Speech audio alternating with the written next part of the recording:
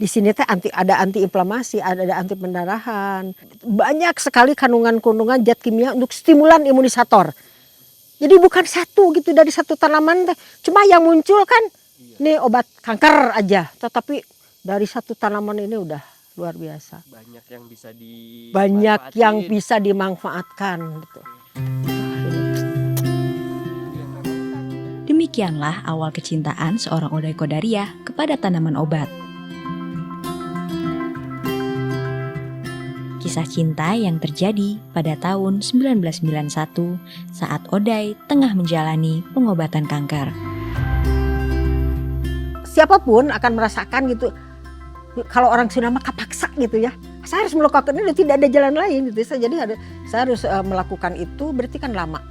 Jadi nanya ke orang tua dulu, oh ini harus pakai ini, ganti lagi harus pakai tanaman ini. Tapi semua tanaman karena tubuh saya sudah tidak bisa menerima zat apapun. Makanya saya mencari alternatif lain. Lama, berarti 91, 93, 6 tahun lah. 6 tahun saya belajar dengan suami saya.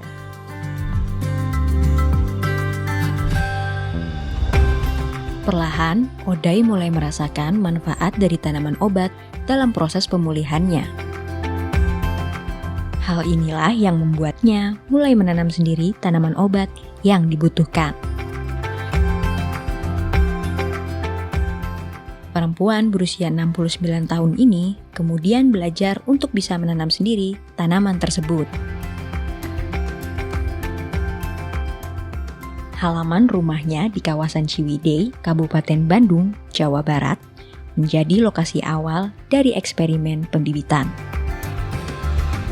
Ya otomatis kan ada bekas ya dari misalnya oh ini kasih tanaman ini ada bekas taruh ditanam lagi diperbanyak gitu kan. Saya juga tidak pernah punya cita-cita, tidak pernah bermimpi untuk menjadi sesuatu seperti sekarang gitu. Jadi saat itu cuma satu, saya ingin sembuh aja. Barulah pada tahun 2001 Oday bersama sang suami mulai mempelajari lebih dalam tentang tanaman obat.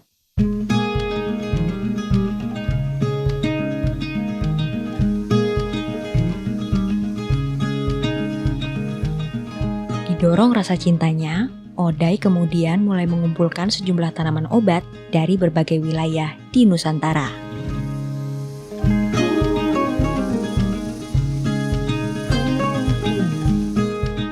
Tanaman obat yang tadinya hanya ditanam di pekarangan rumah, kemudian dipindahkan ke lokasi lain yang lebih luas.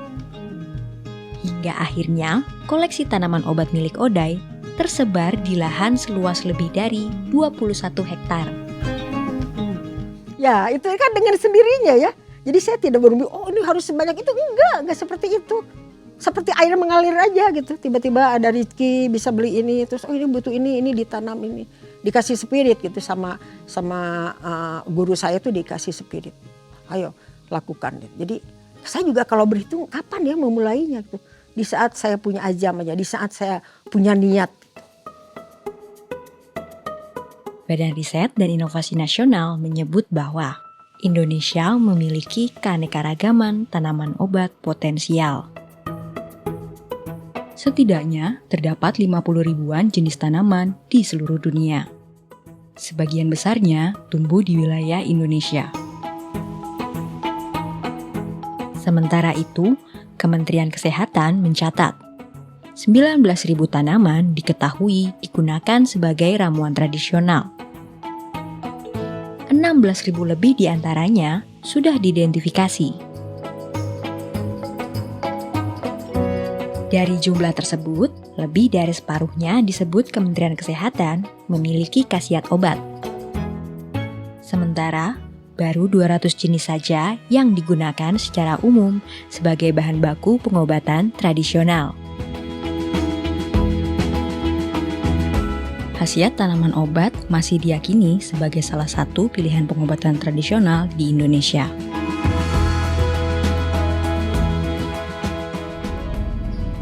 Buat apa itu Bu biasanya dikonsumsi? Buat bikin teh, buat diminum. Khasiatnya? Khasiatnya untuk melancarkan BAB. Lancarkan BAB. Biasa metik kayak gini, Bu? Iya, Ambil. tiap hari, Oh, tiap tiap hari. pagi. Berarti konsumsi tiap hari? Saya.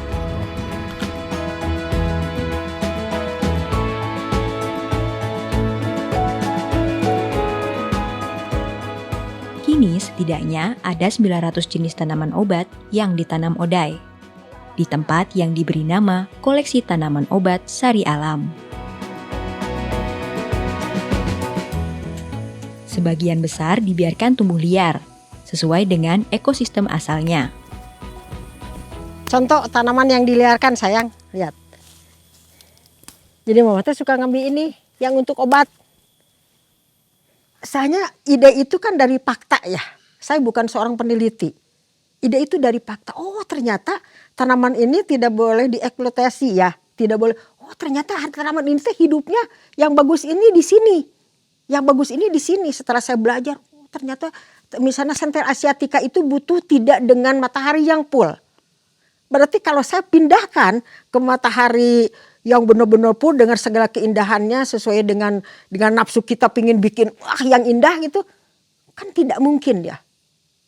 Jadi setelah terus saya belajar banyak para ahli yang kena saya, dua ahli farmakologi, ahli etnoparma, ahli kimianya, ahli tanahnya.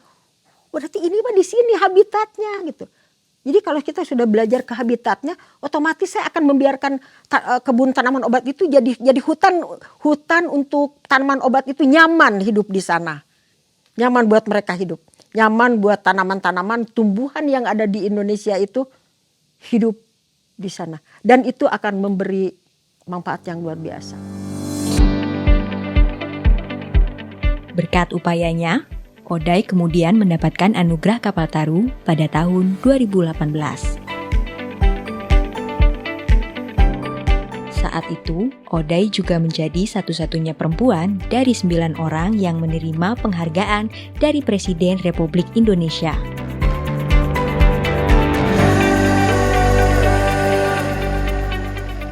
Saya tidak pernah, artinya Kapal Taru juga saya tidak tahu, apalagi mengejarnya. Yang penting saya bekerja aja. Ternyata setelah kenyataannya saya dapat Kapal Taru, jadi flashback ya. Perjalanan hidup, perjuangan hidup ini, ada sesuatu ya. Berarti itu menjadi kekuatan untuk, saya tuh nggak boleh berhenti gitu. Saya harus tetap berjuang, makanya saya harus tetap berjuang sampai saya selesai hidup saya. Kini Oday menjadikan Sari Alam sebagai laboratorium hidup bagi siapa saja yang ingin belajar tentang tanaman obat. Antusiasme masyarakat yang berkunjung ke Sari Alam pun datang dari sejumlah kalangan. Oday pun menyambut mereka dengan harapan agar pengetahuannya soal tanaman obat bisa diwarisi dan membawa manfaat. Harapan saya kepinginnya sebanyak-banyaknya masyarakat dari level apapun tahu gitu. Makanya saya selalu mengajak untuk yang sakit ya kita kejar sehat gitu. Mengejar sehat. Ayo kejar sehat dengan semua semangat. Pinginnya seperti itu gitu. Kejar sehat dengan tumbuhan dan tanaman obat yang ada di seputar kita.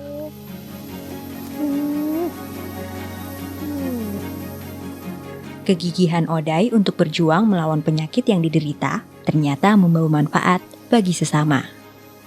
Sari Alam yang dibangunnya bisa menjadi teladan bahwa keterbatasan bukan halangan untuk menyerah dan berhenti berjuang.